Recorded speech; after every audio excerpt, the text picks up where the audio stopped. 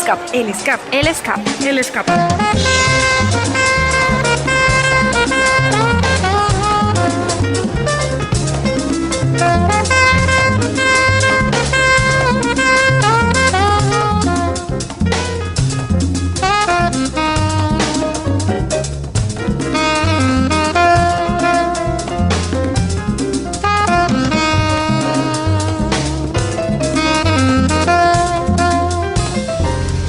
El escape. En Banca del Parque Radio. Hola, muy buenas tardes y bienvenidos una vez más a El Escape, ese espacio para compartir en las letras, la música y el cine. Para mí, como siempre y como cada 8 días, es un orgullo saludarlos, darles la bienvenida a este espacio en el cual traemos invitados, en el cual conversamos sobre temas de actualidad, sobre eso que pasa en el mundo cultural y que muchas veces es olvidado, es dejado de lado y que además no se le abren estos espacios. Infortunadamente ninguno de mis compañeros de equipo puede estar hoy. Bueno, Diego Ruiz está en un evento de Cairet, así que a los que les interesen pueden buscar Cairet en la red y encuentran la red de artistas de Colombia. Y David, quien vive fuera de la ciudad, está en medio de un atasco intermunicipal, así que por lo tanto no nos puede acompañar. Recordarles además que estamos en las distintas redes sociales, que nos encuentran en Facebook como Banca del Parque Radio, en Twitter a través de @Banca del Parque, y que además tienen la posibilidad de encontrar una aplicación en Monkey Market con este mismo nombre, Banca del Parque, y en Tuning Radio también nos pueden encontrar como Banca del Parque Radio. Además, decirles que nos escuchan desde www.bancadelparque.com y www.jaimegarzonforero.com. Pasando estas salvedades y estas aclaraciones técnicas del día de hoy, podemos empezar entonces a conversar. Les quiero contar que nuestros invitados del día de hoy son Diana Paola Alba, Juan Camilo Ahumada y Diego García, integrantes del proyecto 7 Pecados, y ya les estaremos contando de qué se trata. Muchachos, bienvenidos al Escape en Banca del Parque Radio. Hola, buenas tardes. Hola, gracias. Muy bien, entonces ya estamos allí con ellos dispuestos a compartir en el día de hoy. Y algo básico es empezar por saber un poco quiénes son ustedes. Tengo yo algunos datos que encontré, y bueno, que Diego, que fue la persona con la que hice el contacto, me contó, y es que está Juan Camilo Ahumada, quien es egresado de Artes Escénicas de la Universidad Pedagógica Nacional y ganador del primer puesto del Premio Distrital de Dramaturgia 2013. Diego García y Diana Paola Alba, ambos también estudiantes de Artes Escénicas de la Universidad Pedagógica Nacional. Entonces, para mí, como integrante de esta casa, también es un orgullo contar con colegas maestros que se están formando allí. Pero empecemos entonces, Diana, contándonos un poco quién es Diana, qué hace Diana. Tenemos allí un ligero problema con los micrófonos, entonces vamos a tratar de solucionarlos. Ahora sí. Retomando un poco, voy a hacer una aclaración. Yo soy licenciada en Artes Escénicas de la Universidad Pedagógica, me gradué hace un año, el año pasado. Actualmente hago parte de Proyecto 7 Pecados como actriz, desde la fundación del grupo, como desde el primer momento estaba en los distintos montajes de Proyecto 7 Pecados. En el último montaje que se llama Hienas Beben Brandy. También trabajo como profesora y bueno, a grandes rasgos eso es lo que hago. Bueno, entonces allí tenemos con nosotros a Diana, pero también está Diego García. Diego, bienvenido a la banca y gracias también por esa respuesta positiva al llamado que te hemos hecho. Hola, muchas gracias a ustedes por invitarnos también, por abrirnos el espacio. Bueno, mi nombre es Diego García, yo soy estudiante de 7º semestre de la licenciatura en Artes Escénicas de la Universidad Pedagógica Nacional. Soy también miembro de Proyecto 7 Pecados, llevo trabajando con el grupo desde el 2012, primero como tallerista en algunos proyectos que se han ejecutado en colegios de Bogotá, y en este momento soy actor de la obra Hienas Beben Brandy. De esta obra les estaremos contando más adelante. Y finalmente nos acompaña Juan Camilo Ahumada. Juan Camilo, bienvenido. También quiero agradecer por la invitación a este lugar tan bonito. Estamos en la casa materna de Jaime Garzón y también nos parece muy grato poder compartir este espacio y poder compartir las reflexiones que vamos a hacer justamente en este lugar. Soy el licenciado en Artes Escénicas de la Universidad Pedagógica y para hablar un poco de Proyecto Siete Pecados, ya que mis compañeros lo han mencionado, yo soy el director artístico de este grupo y este grupo es una compañía de licenciados en artes escénicas y también de actores y algunos músicos, algunas personas también de otras disciplinas artísticas que hemos estado indagando como en dos terrenos. El primero es el de la creación artística y también hemos estado pensándonos la formulación y la ejecución de unos proyectos de formación en espacios escolares, en espacios académicos regulares. Entonces ahora mismo nosotros hemos venido desarrollando durante el 2012 y el 2013 un proyecto que es una escuela itinerante en derechos humanos, que fue una experiencia que hicimos a partir de una obra anterior que tuvimos que se llamó El amor de su vida. Y nada, pues quería mencionar que Proyecto Siete Pecados, digamos, actúa en estos dos escenarios, en el de la creación teatral, pero también en el campo educativo a partir de unos proyectos de intervención itinerante. Pues bien, allí tenemos entonces a los invitados de la tarde de hoy con quienes estaremos conversando. Los dejamos con esta primera canción y como bien decía Diego, vamos a estar hablando de una obra que se llama Hienas beben brandy. En ese sentido escucharemos esta noche Quiero brandy de un cantautor español, si no me equivoco, que se llama Diago. Muy bien, aquí está entonces.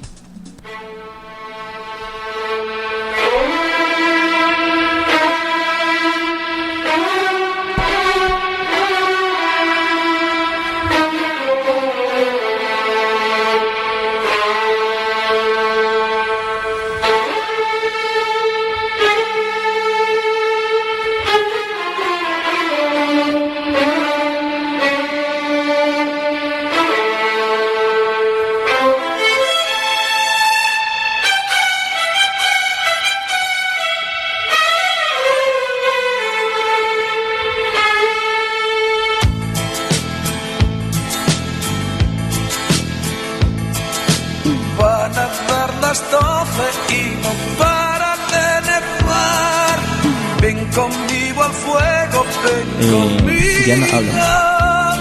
Que la noche es larga y no la quiero malgastar. Échame una mano, buen amigo. Ella me ha dejado cuando la quería más. Se fue como el viento de la sierra. Y esta es mi primera noche buena en soledad. Ciérrame la pena, amigo, cierra. Y esta noche quiero brandy para entrar en calor. Que el invierno está arreciando y me muero sin su amor. Y lo que no cure el tiempo lo dormirá el alcohol. Vamos a brindar con brandy, por favor, amigo. Esta noche quiero brandy para entrar en calor. Que el invierno está arreciando, yo tengo frío. Esta noche quiero brandy que se apague mi dolor, que encienda fuego en mí, un trago más para vivir.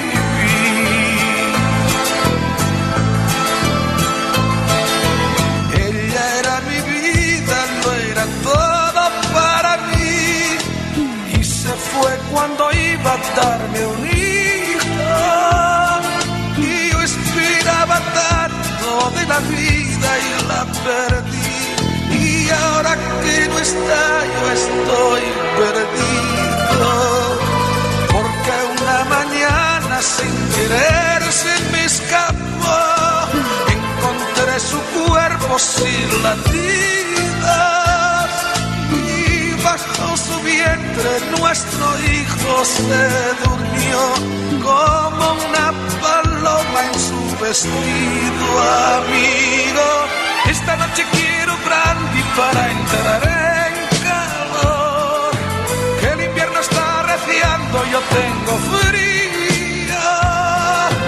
Esta noche quiero brandy, que se apague mi dolor, que encienda fuego en mí, un trago más para vivir, que estoy vacío, amiga.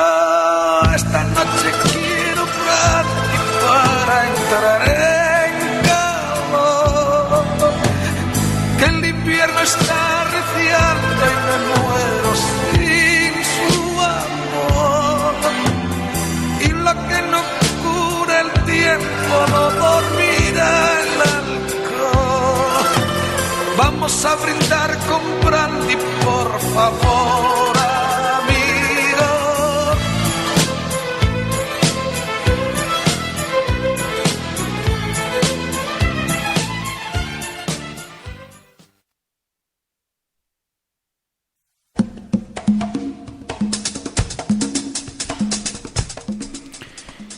Y seguimos de regreso en el escape, compartiendo entonces con Juan Camilo, con Diana y con Diego, integrantes de Proyecto 7 Pecados. Y podemos empezar entonces contándole a nuestros oyentes de qué se trata Proyecto 7 Pecados, y creo que el director es pues la persona que nos puede contar un poco cómo nace, cuáles son las apuestas que tienen, y eso quizás también cómo se vincula con eso del ser maestro, pero además del ser artista, y esa relación que se da allí. Ya, yo voy a tener que hacer una respuesta un poco autorreferencial, pido disculpas por eso, casi biográfica. Pues cuando yo llegué a estudiar a la Universidad Pedagógica, yo estaba realmente mucho más interesado en el teatro que en la docencia, pero ahí existía la posibilidad de estudiar, digamos, una formación técnica que me permitía aprender algunas cosas importantes en el terreno de la creación artística, y por eso decidí empezar a estudiar en esta universidad. Con el tiempo, digamos, el discurso de lo pedagógico y de lo educativo fue enamorándome, por decirlo de alguna manera, como también sé que pasó con muchos de mis compañeros y de la generación que estudió conmigo.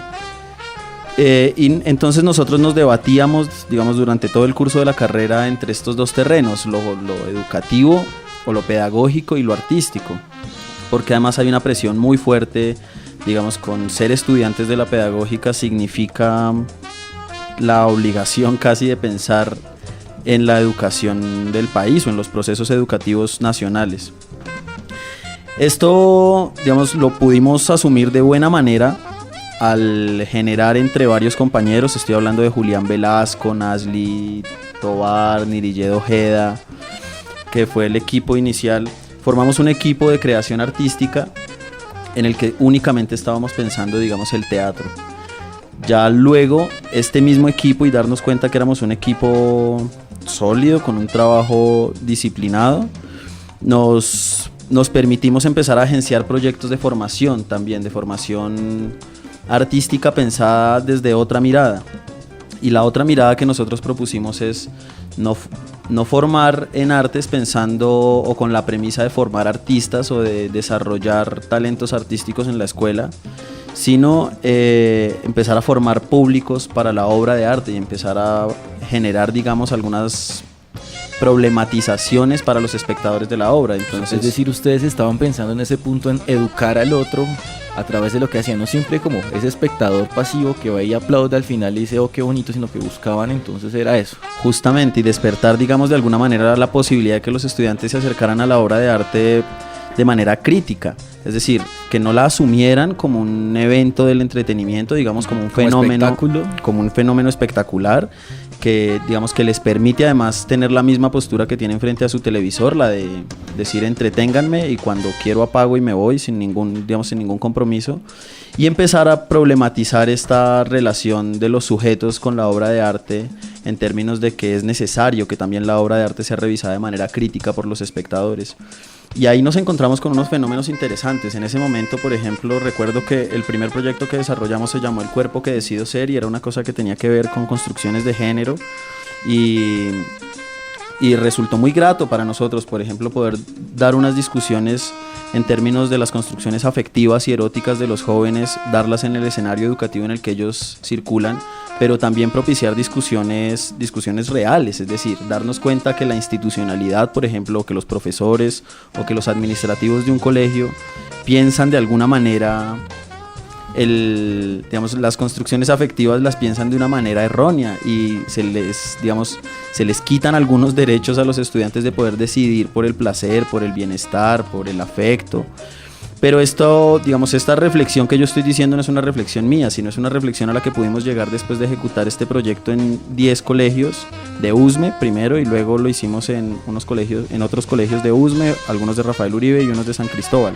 Sí. Pero bueno, a lo que me quiero referir es a que este proyecto nos permitió, encontrar una manera de articular los dos fenómenos, el artístico y el pedagógico, en una sola labor, en un solo equipo de acción que esté pensando de alguna manera como hacer una revisión crítica del país y poder intervenirlo por medio del arte, de la creación artística, que es lo que sabemos hacer, pero también lo que más nos interesa hacer, que es intervenir políticamente los fenómenos desde la educación, desde los procesos educativos. Y bueno, pues esta es la ciudad que habitamos, estas que acabo de mencionar son las localidades que habitamos, también de alguna manera es intervenir en nuestros contextos.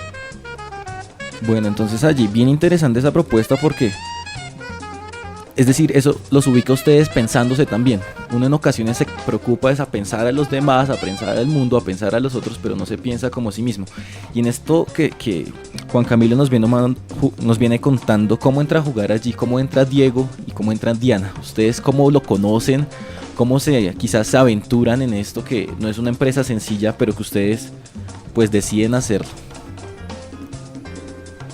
Bueno, yo, como había mencionado inicialmente, llego a Siete Pecados un poco por la invitación del director y mis deseos de trabajar en el proyecto. No lo conocía, de hecho, antes de empezar a trabajar en el proyecto El Cuerpo que decido ser, no había visto ninguna de las obras.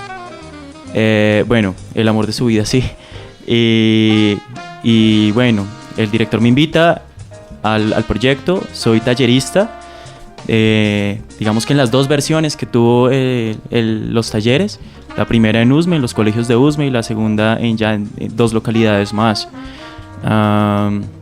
genera muchas reflexiones, sobre todo el momento en el que yo llego a la carrera, en el que yo empiezo a pensar estos límites que hay entre el arte como finalidad o el arte como medio, y creo que el proyecto inicialmente logró articular esas dos visiones de la finalidad del arte o la finalidad del teatro y el teatro como medio para. Me parece también muy interesante durante los talleres como unas articulaciones que habían en torno a lo plástico o a la concepción que tenían los estudiantes de su cuerpo, como empezar a indagar sobre estas nociones de cartografías corporales y de ver el cuerpo como un constructo de identidad que se podía materializar a través de materiales, a través de colores, a través de objetos, sensaciones, canciones que se podían plasmar en un mapa, como llegando a formar una gran cartografía de mi identidad, de lo que soy. Eso me pareció muy interesante. Y en el caso de Diana.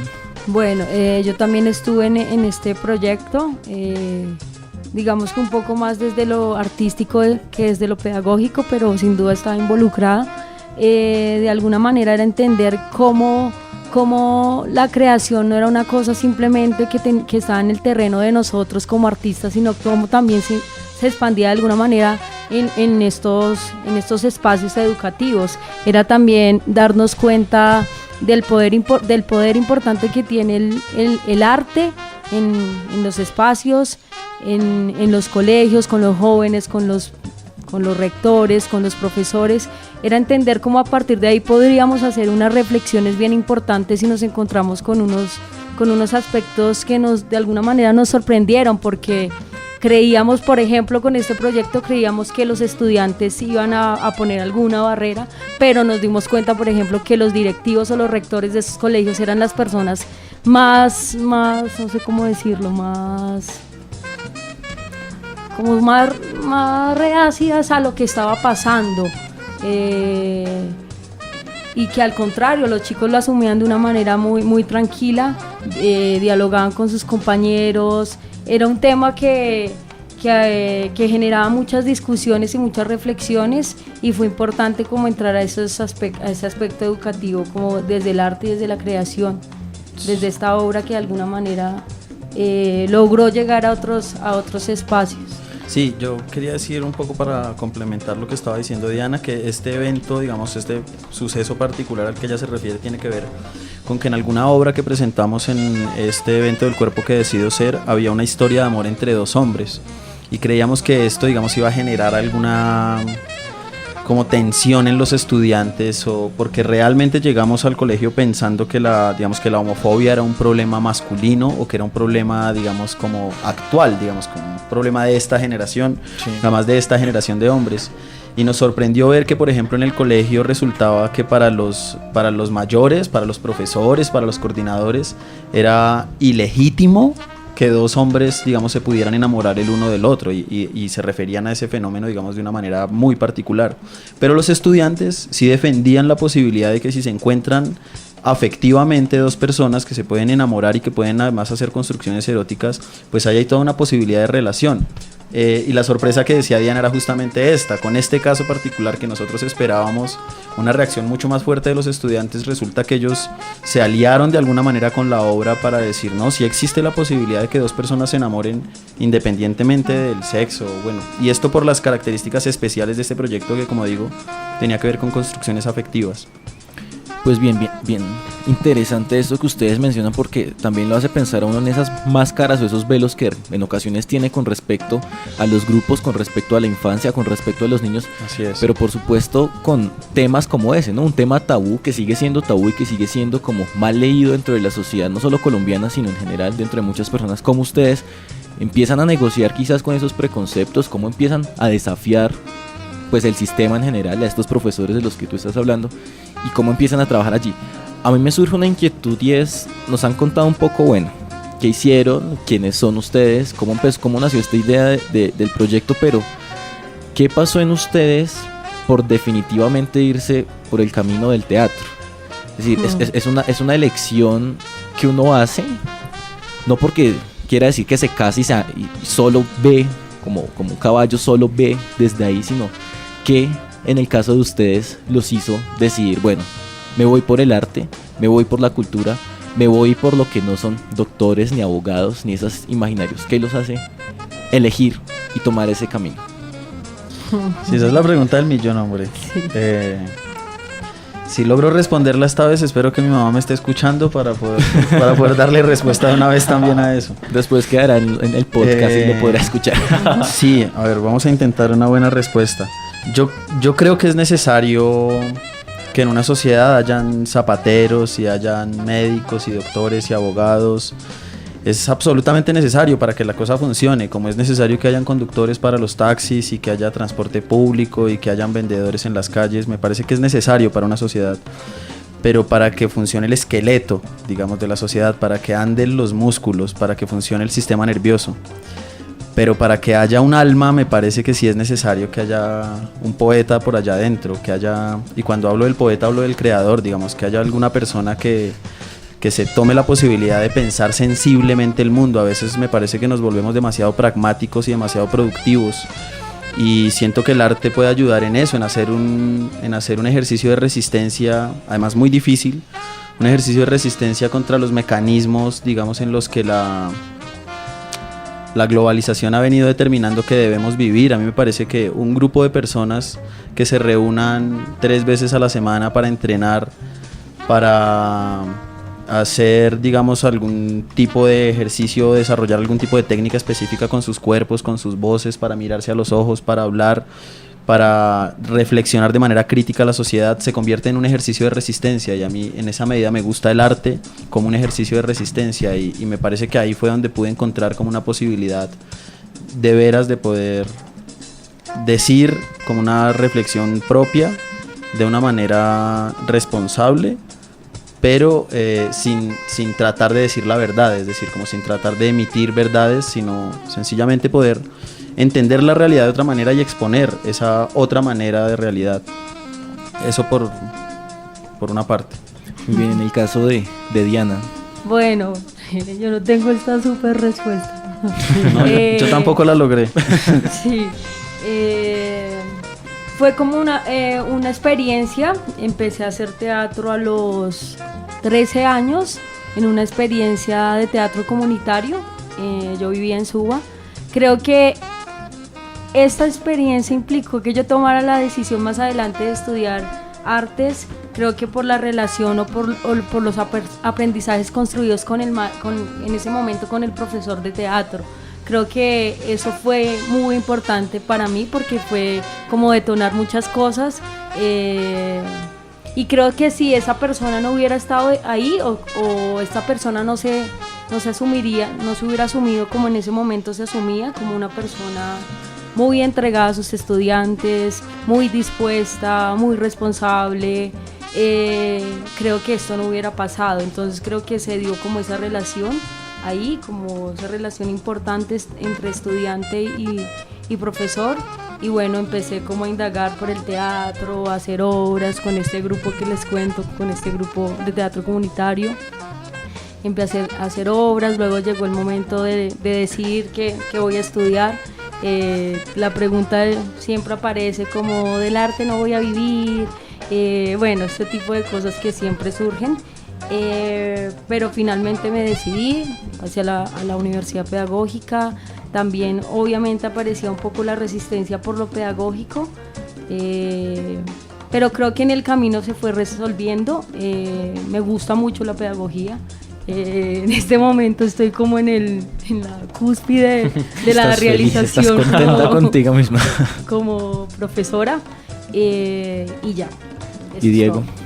Bueno, yo no tendría una respuesta para decir cómo llegué. Y sí, digamos que mi llegada no tanto al teatro, sino a la licenciatura en artes escénicas condiciona un poco en este momento que yo pues evidentemente esté inmerso en procesos creativos en relación a la pedagogía y al arte. Yo pues no soy de Bogotá, soy de un municipio aledaño a Bogotá que se llama Granada, Cundinamarca. Digamos que donde vengo no hay un gran apoyo por las artes. Sin embargo, antes, mientras estuve en el colegio, un tiempo estudié interpretación musical y también hacía parte como de grupos de danza folclórica. Ya cuando estoy en el colegio y me doy cuenta que hay que salir y hacer algo, tengo una inclinación por las humanidades y no tenía en mi cabeza estudiar teatro, ni estudiar licenciatura en artes, ni nada de estas cuestiones. Quería como estudiar comunicación social y periodismo desde que estaba como en octavo. Pero finalmente llegó un momento de mi vida en el que tenía que poner cartas sobre la mesa de todas las opciones que tenía y escoger la que me saliera primero, por así decirlo. Entonces es así como llego a la licenciatura en artes escénicas de la pedagógica. Y digamos que me llama mucho la atención una de las asignaturas de la carrera, que se llama Poéticas Teatrales. Y por eso un buen tiempo estuve en la carrera, solo por esa asignatura, por lo que significaba para mí la lectura de las obras de teatro, ese acercamiento que había con un pasón histórico por lo que significaba la historia del teatro, pero al mismo tiempo leer desde el teatro la humanidad, el cambio de pensamiento, eso en la voz de los personajes. Ya luego pues me encuentro con Proyecto Siete Pecados. Trabajamos en el cuerpo que decido ser. Luego recibo como la propuesta de llegar a ser parte del elenco, del reparto de actores de Hienas Beben Brandy. Y después de tanto tiempo de haber sido como un poco distante a la actuación, de negarme a actuar, de negarme a construir un personaje, decido asumir el reto en el laboratorio de creación. Y en este momento estoy un poco más convencido de que me gusta la actuación, de que me gusta el teatro, de que puedo hacerlo, de que me cambia, de que me permite reflexionar, y así es como llego. Muy bien, entonces vemos allí una decisión de resistencia desde el arte, un giro que trastoca y que define. Bueno, la decisión ya también de no estoy seguro, pero por acá me voy, y en eso me quedo. Vamos a escuchar ahora una canción. Esta vez se trata del señor Alci Acosta y se titula La cárcel de Sing Sing.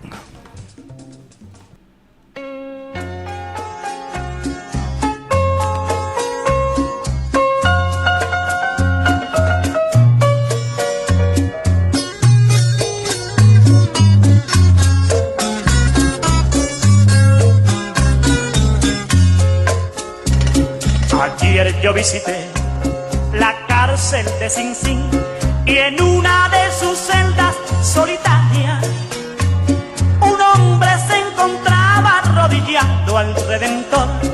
Piedad, piedad de mí, mi gran Señor. Mas cuando me miró, a mí se abalanzó y con voz temblorosa y recortada: escucha, triste hermano, esta horrible confesión. Aquí yo condenado a muerte estoy. Yo tuve que matar a un ser que quise amar, y aunque aún estando muerta yo la quiero, al verla con su amante a los dos los maté.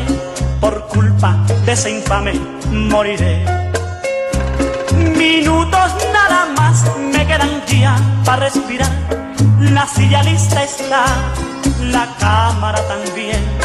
A mi pobre viejita que desesperada está, entréguele este recuerdo de mí. Yo tuve que matar a un ser que quise amar, y aunque aún estando muerta yo la quiero, al verla con su amante a los dos los maté. Por culpa de ese infame moriré.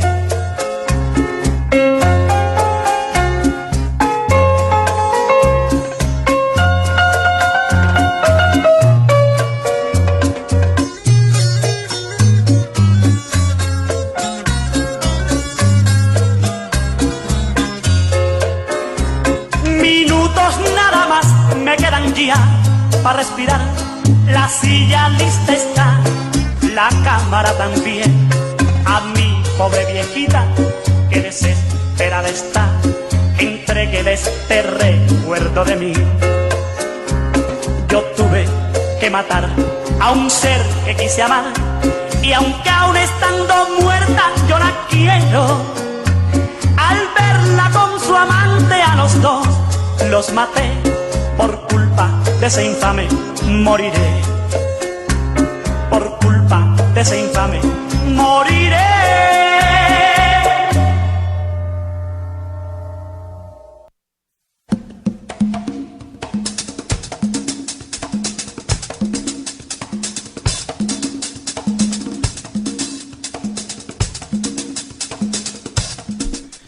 Y ya estamos de regreso en este día de hoy, compartiendo a través de los micrófonos del Escape, a través de Banca del Parque Radio. Un saludo muy especial para todos nuestros oyentes, para quienes nos siguen en las distintas redes sociales: a Diana Ferro, a Gallego Samuel, a Eliana Castañeda, a Adrián Saogal y tantos otros que están allí pendientes de lo que hacemos, de lo que pasa en esta casa y en esta escuela de formación que también es Banca del Parque Radio. Hemos estado en una conversación bien interesante con Diego, con Diana y con Juan Camilo a propósito del asunto de las artes escénicas, del teatro, de la pedagogía y de las decisiones que los han llevado a estar allí. Pero a comienzo, con una de las canciones que abríamos el programa de hoy, se hacía referencia, y creo que nuestros invitados lo han mencionado en el día, a Hienas beben brandy, que es una obra de la cual nuestros invitados nos van a compartir un poco, que bueno, nosotros, David y yo, tuvimos la oportunidad de ver la función, entonces que quizás allí también surge el interés de primero dialogar con Diego y luego Diego les extiende la invitación. Creo que algo básico para la comprensión de la obra, y para que quizás no conocen, es cómo nació esa obra, por qué de cierto modo esos personajes y esa escenografía que se da allí. Digamos, esos personajes, guión quizás, nacimiento y la escenografía. Bueno, yo tengo la responsabilidad del texto de la obra.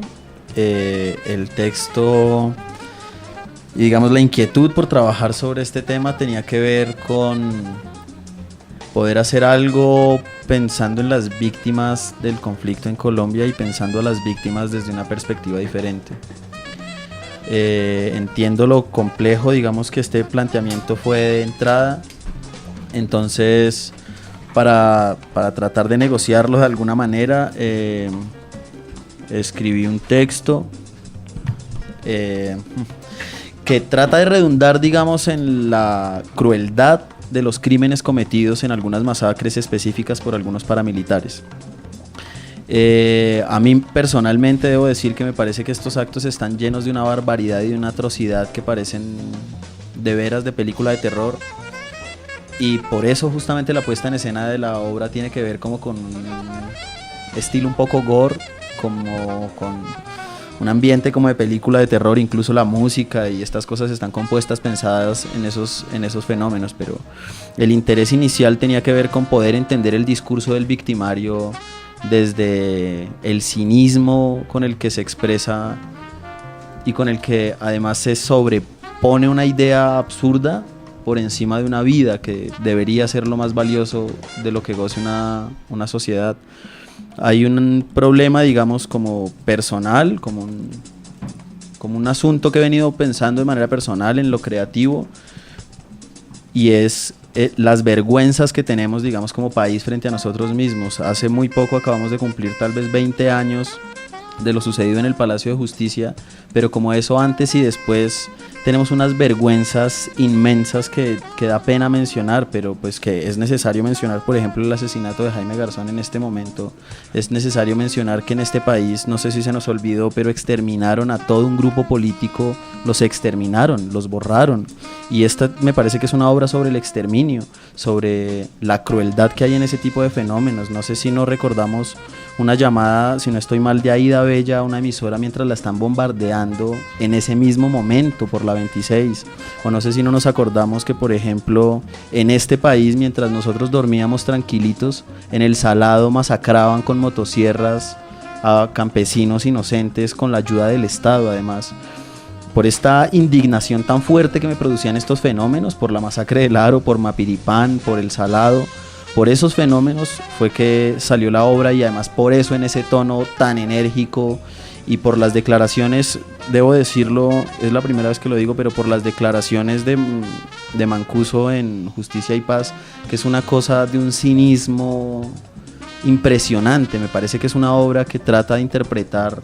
o de hacer una reflexión crítica de esos fenómenos, de esos discursos de los violentos, de tratar de interpretar de manera crítica que este país trajo maestros internacionales para que le enseñaran a descuartizar a algunos paramilitares de este país, y que estos paramilitares practicaron estas enseñanzas en cuerpos de hermanos nuestros.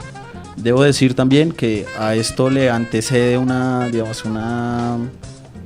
dolor propio, y es que un hermano mío fue asesinado en un proceso de limpieza social en un barrio popular en esta ciudad, y esas cosas me parece que son necesarias mencionarlas, y que hay que mirarlas a los ojos, y que hay que también asumirlas con toda la dignidad que debemos y que no podemos olvidar. Me parece que la obra también es un llamado muy fuerte a decir eso, a decir, hey, no nos olvidemos del Salado, y no nos olvidemos que Mapiripán existió, y que el Aro también, y no nos olvidemos de las víctimas de Trujillo en el Valle del Cauca, por ejemplo.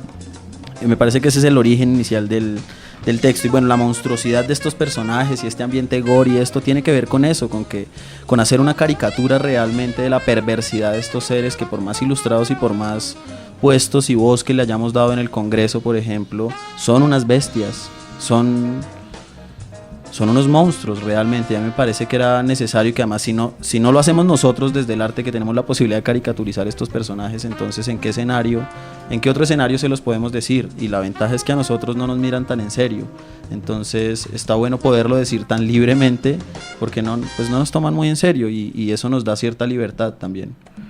Bueno, eso como inicialmente. Y ahora sí, quieren hablar mis compañeros de los personajes, de la creación de los personajes y esto. Un poco encontramos allí, bueno, escucha, yo creo que las personas no pueden ver a Juan Camilo, pero verlo implica también sentir de lo que está hablando, es decir, como ese compromiso también político y ese dolor con este país que casi que no nos pertenece, pero nos duele en el alma, y ahí está el asunto. Ahora, como decías, bueno, los personajes, Diego y Diana, pues el personaje de Diego, bueno, a mí creo que creo que a David y a mí pues duramos hablando un buen rato de de ese personaje y de todo lo que sucede en la obra quizás desde otras lecturas, ¿no? Sí, Felipe, si me permites, antes de Dale. que hable Diego, voy a hacer una pequeña sinopsis de la obra para los que no la han visto, Sí, que deben sí. estar un poco perdidos. En la obra hay unos personajes que están en el fin del mundo, son un ejército de hombres misóginos que han acabado con todas las mujeres con el fin de exterminar a toda la sociedad, tratando de determinar qué debía ser una sociedad pura, pues, a partir de unos criterios absolutamente masculinos. Entonces, por esto acaban con todas las mujeres, y estos hombres se empiezan a educar entre ellos en esta lógica del exterminio y de la raza pura, si me lo permiten, y han acabado con fuentes naturales y demás. Es el fin del mundo, pues el fin último del mundo, y Diego interpreta el personaje del hermano menor de estos hombres, que es un muchachito que ha sido educado por estas bestias salvajes, digamos, y las bestias salvajes son los victimarios. Este personaje tiene la particularidad de que hace parte del equipo de los victimarios y conoce la violencia únicamente por los relatos que ellos le han mencionado de manera educativa, pues como educándolo en esta ley de la sangre y de la venganza y del dolor y de la masacre. Gracias. Hola. Ya. Bueno, sí, como decía Juan, mi personaje en la obra es Breda. Breda es el menor de los 4 hermanos. El mayor, Sancus, creo, le seguiría Grepo, luego estaría Conin y finalmente estaría Breda. Debo decir que cuando nosotros iniciamos el laboratorio no teníamos un reparto fijo de personajes, sino que empezamos a indagar sobre unos ejercicios escénicos, y ya luego vino como un poco la repartición de los personajes. Yo durante de los 8 meses que duró el laboratorio, 7 meses fui Conin, todo el tiempo fui ese personaje, y luego vino Breda. Debo reconocer que para mí, un poco por esa indisposición que yo tenía para actuar y para asumir la actuación desde la representación, desde construir un personaje, desde ponerle otra voz, desde ponerle otro cuerpo, me pareció muy complejo, y creo que me fue muy difícil despegar en el proceso y me fue muy difícil encontrar el tono del personaje, y creo que todavía no sé si ya esté el tono, no sé si sea, pero creo que es muy complejo, me parece muy complejo. Mi personaje, digamos que yo abordo un poco la construcción del personaje. He creído siempre que el personaje es muy inocente. En ocasiones creo que el público puede llegar como a sentir una identificación o lástima por el personaje, pero digamos no sabría qué postura tomar en relación a eso, porque creo que Breda en realidad es el producto de una educación de sus hermanos. En ese sentido, ya lo decía en otra ocasión y en otro espacio, que creo que el personaje padece un poco de la presencia de su padre y de su madre. Es un personaje que se ha construido a partir de los relatos, es un personaje que se ha construido a partir de la historia. A partir de eso me interesa como crear unas acciones y unas manías del personaje que tienen que ver con la recolección de datos, con esa necesidad de querer saber todo de la historia, de poder tener unos apuntes y unos libros o unos documentos en donde él todo el tiempo pueda hablar a partir de una verdad que él escribe, que él lee o que él escucha. Por eso todo el tiempo en el personaje en la obra dice que él solamente dice lo que escucha. En ese sentido creo que el personaje de fondo puede reflexionar sobre la verosimilitud de todas las historias que ha escuchado. Creo que también en parte el personaje se convierte en ocasiones como en un tormento para los hermanos. Muy bien, además es necesario, yo creo que a estos hermanos los vemos todo el tiempo afuera, pero también están las mujeres detrás de un velo, como el recuerdo, la voz olvidada, pero también como la conciencia. Entonces cuéntanos un poco, Diana. Bueno, sí, yo represento el personaje de La, que es una de las 3 mujeres que aparecen en la obra. La es una madre. De alguna manera el personaje se construye a partir de la presencia de las otras 2 mujeres también. Lo discutíamos hace muy poco que esta mujer es la metonimia de alguna manera de todas las mujeres que han pasado por estos lamentables hechos del conflicto nacional. Es la voz de la víctima, pero también es un poco la conciencia y los fantasmas que les aparecen a estos hombres, a a estos victimarios. Digamos que la relación del personaje de este personaje con los demás personajes es distinta. Hay digamos que manejamos diferentes realidades. El plano de realidad de estas mujeres, digamos que podría estar en un plano como celestial, no sé, como unas almas que habitan este espacio donde ellos están. Está como entre la realidad y la ficción. No sabemos si estas mujeres están vivas aún o están muertas, porque la obra de alguna manera, digamos que no es una obra lineal. Estas mujeres no se narran dentro de la historia linealmente, sino que tienen unas fracturas los personajes o aparecen algunos episodios de estas mujeres. Esta mujer es una madre, como ya lo había dicho, es una madre que ha sufrido la pérdida de su hijo, que reclama por su hijo, que reclama a Dios dónde está su hijo. Y bueno, eso es como a grandes rasgos este personaje. Pues bien, escuchábamos allí entonces en voz de ellos, de quienes encarnan los personajes y de quien fue, digamos, el creador pues de esta obra. Vamos a escuchar en ese momento una canción que fue sugerida por Diego. La hace Edith Piaf. Creo que entra un poco en consonancia con lo que hemos estado dialogando en el día de hoy. Se titula Non, je ne regrette rien. Entonces aquí está Edith Piaf en El Escape.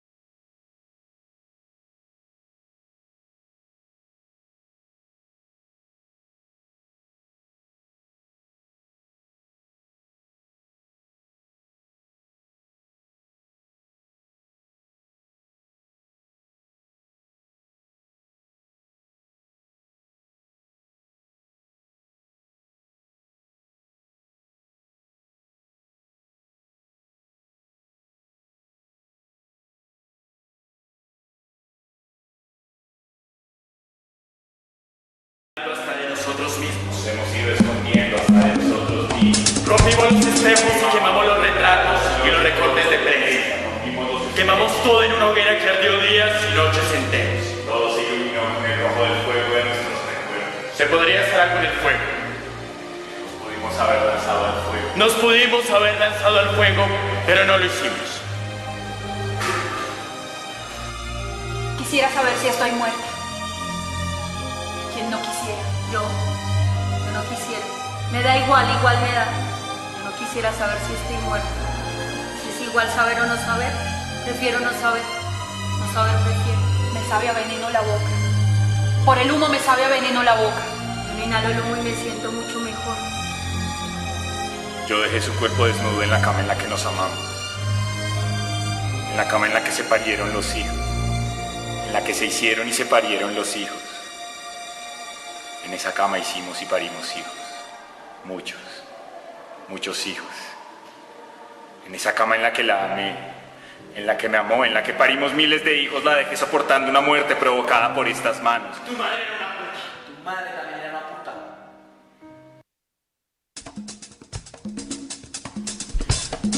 Y allí escuchábamos quizás del video que ustedes encuentran en YouTube con el nombre de Hienas Beben Brandy, algunos fragmentos de lo que pasa en la obra. El tiempo en el escape, como siempre decimos, se escapa y se acaba muy rápido, ya estamos próximos a terminar.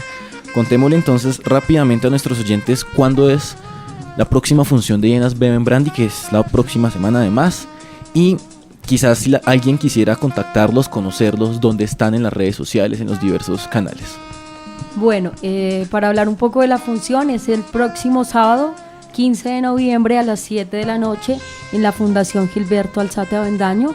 Es importante recomendarles que lleguen con tiempo porque arrancamos muy puntuales. Por otro lado, aparecemos en Facebook como Proyecto 7 Pecados. ¿En dónde más?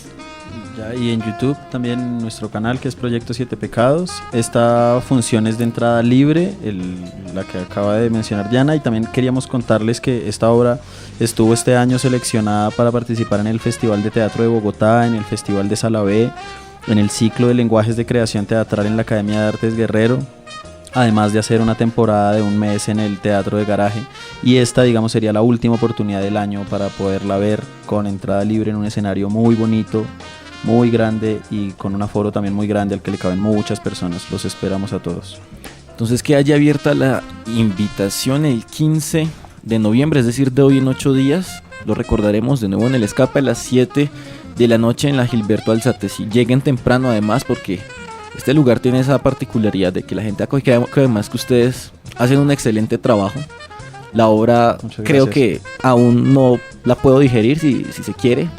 Tenemos una pregunta con respecto al espectador, que en este caso fuimos nosotros, y bueno, creo que allá hay un juego bien denso, pero desde mi parte es invitarlos a los oyentes a que la conozcan, a que la vean. Una propuesta absolutamente distinta a lo cotidiano, que rompe, que quizás lo choca a uno en ciertos puntos, uno se siente trastocado, pero no siente que es en exceso, sino siente como quizás la justa medida de las cosas, todo puesto allí. Los temas de la violencia, y además que tiene la particularidad de no ser, en el contexto colombiano la podemos leer así, pero creo que en un contexto más amplio es una obra de carácter universal, y creo que eso también la hace bien importante. Entonces, agradecerles a ustedes su generosidad, su posibilidad de venir. Juan Camilo, muchas gracias por haber estado hoy con nosotros. Bueno, muchas gracias, Felipe, por la invitación y por esas lecturas también tan acertadas que usted hace de la obra. Muchas gracias. Diana, a usted también muchas gracias por haber estado con nosotros. No, gracias a ustedes por invitarnos. Y Diego, la persona que quizás vi en escena, que contacté y que bueno, hizo posible hoy el escape. Diego, gracias. Muchísimas gracias, Felipe, y de antemano pues estamos ahí como para cualquier otra invitación y para seguir charlando de teatro y de nuestras obras y de otros temas. Muchísimas gracias, de verdad, y gracias al escape y gracias a Banca del Parque.